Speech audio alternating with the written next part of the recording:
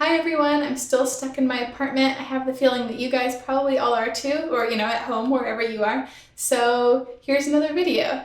I obviously can't go out shopping right now to buy books, to do a book haul, so I decided to make a video showing you a not really book haul of every book I have in the apartment. This is possible because my husband and I just moved into this apartment a couple of months ago. We only got bookshelves like a month ago. Most of our books are actually not here yet. A lot of them are in storage at my in-laws' house, and pretty much my whole childhood of books is still at my parents' house, which is on the other side of the country. We don't have that much stuff here, and it's kind of a weird collection. This is not going to be in any particular order. I've just piled up all the books that I have off to the side here, and I'll be showing them to you quickly, and hopefully that'll be entertaining for somebody.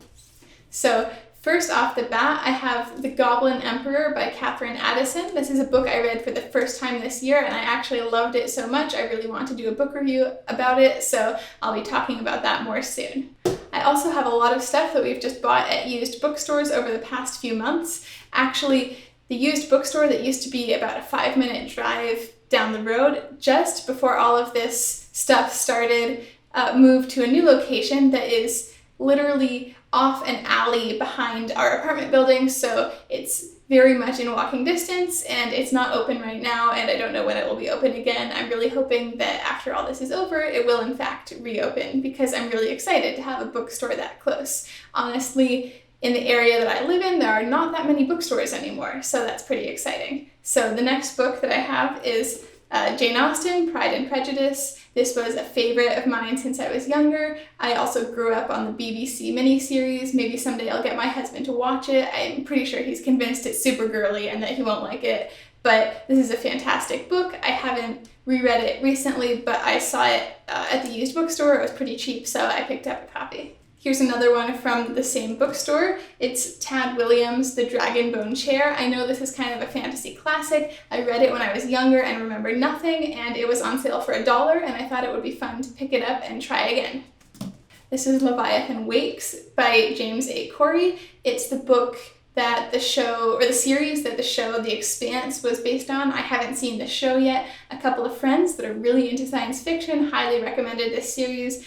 I actually bought this at Powell's when we were in Portland recently for a friend's wedding, so I'm excited to check this out at some point. Next, we have Q&A by Vikash Swaroop. I'm sorry if I'm not saying the name correctly. This is the book that Slumdog Millionaire was based on. I actually haven't seen the movie. I know the book has a completely different plot with a few details that kind of carried over, including the frame story. It's a really entertaining book. I listened to it on Audible a long time ago, but we got this book at the used bookstore, and my husband read it recently and really liked it, so I'll probably reread it at some point, especially if I'm stuck inside for long enough. Okay, another used bookstore find, The Caves of Steel, Isaac Asimov. I read some of the Foundation series a long time ago. I wasn't a huge fan. I've heard that these are pretty good. It's also nice and short. It only cost $1. Right. This is another book that we got at Powell's. It is The Tiger's Daughter by K. Arsenault, I don't know how to say that, K. Arsenault Rivera. I have a lot more sympathy now for all the people that are making videos and getting authors' names wrong. I'm usually really judgy when people do that, and now I'm realizing it's really hard. So apologies to any authors that I mispronounce your names, or if I mispronounce the names of your favorite authors or anything like that. This is a book that my husband picked out, and it is, I think, fantasy. I haven't read it yet, but he's only gotten this far, and he's not reading it right now, so I'll let that speak for itself, I guess. I just bought a new copy of the first book of The Wheel of Time by Robert Jordan, so this is The Eye of the World. I read the first few books in this series as a kid. I liked them okay. I actually thought that it was really derivative of Lord of the Rings, and a bunch of people told me it was on purpose, and I didn't believe them, but now all these years later I kind of do. Plus the series was finished by Brandon Sanderson, and I'm a huge Brandon Sanderson fan, so I'm gonna try this series again and see if I can get all the way through. I think I tried twice when I was younger and only got to like book 3 or 4, but maybe my attention span is better now than it used to be. Honestly, I kind of think it might be worse. Okay, I mentioned I'm a huge Brandon Sanderson fan. This is Starsight. It's the sequel to Skyward, so this is one of his young adult series. It's not a Cosmere book. I enjoyed this. Actually, my husband and a really good friend who this copy belongs to, I think they enjoyed it even more. But usually I pretty much love everything that Brandon Sanderson does, so obviously I would recommend this series. This is another used bookstore $1 buy, another Brandon Sanderson book. We didn't have a copy of it. I think I read it from the library and my husband listened to it on audiobook. It's actually a signed copy, so I think that's pretty cool. It also has a bookplate with somebody else's name in it, but I'll live. Okay, this is another author that I really love, and this is the only book of hers that we have in the apartment right now. It's Paladin of Souls by Lois McMaster Bujold.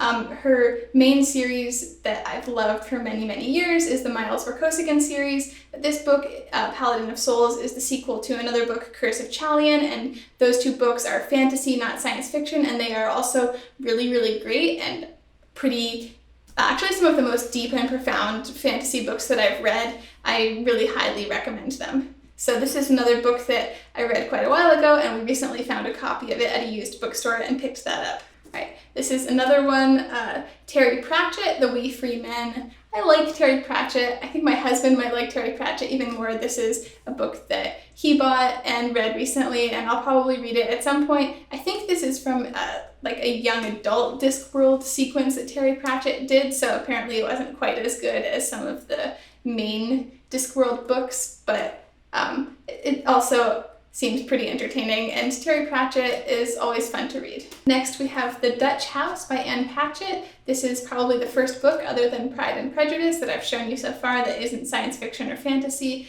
I do occasionally read other genres. I really like Anne Patchett as an author. This wasn't my absolute favorite, but it was a pretty good read. It was sort of an exploration of family and relationships and loss, and it just didn't really come to any conclusions in a very satisfying way, but it was well written. All right, another used bookstore book, The Pillars of the Earth by Ken Follett. I have seen this book all over the place for many, many years. I think it's about building a cathedral. I think it's historical fiction. I don't really know. It seemed like something I should read, so I bought it, and hopefully I will get to it at some point. What is this? That's the new book I got. Wait, you ordered this, or? Yeah, on Amazon. Okay, what's it about? The rhythm of business and decision making. Okay, you heard it here first. Okay, something completely different. I Will Teach You to Be Rich from Ramit Sethi.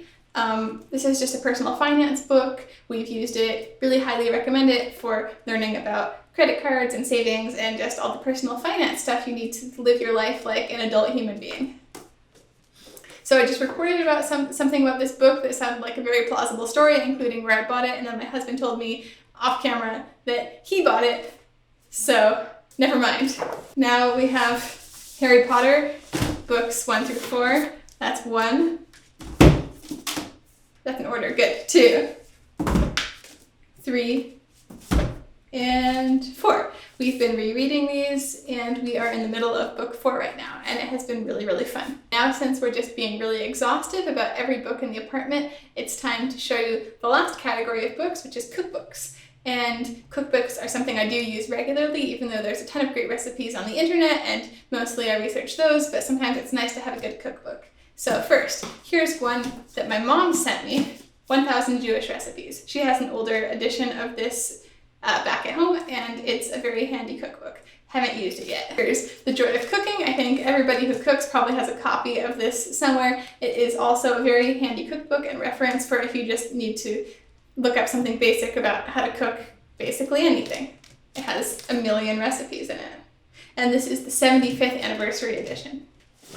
Now we have the Cook's Illustrated Cookbook. This is a really cool book. It explains a lot of stuff about how they develop the recipes and why they work, and this is one that my husband and I have been cooking our way through quite a lot. We've made some really delicious recipes from here. A lot of it was stuff that was more complicated than stuff we'd tried before, but we are gradually getting more adventurous in our cooking. The last one, which I also haven't used yet, is Jerusalem.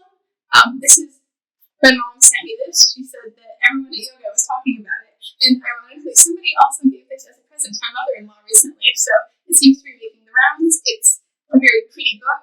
The cover is kind of soft and squishy too. It feels nice. And there's a lot of really pretty pictures in it. So we are looking forward honestly, cooking is a little bit annoying because I don't feel like going out to the store a lot. And this is not a video about cooking, so I'll stop talking about that now. But thank you guys so much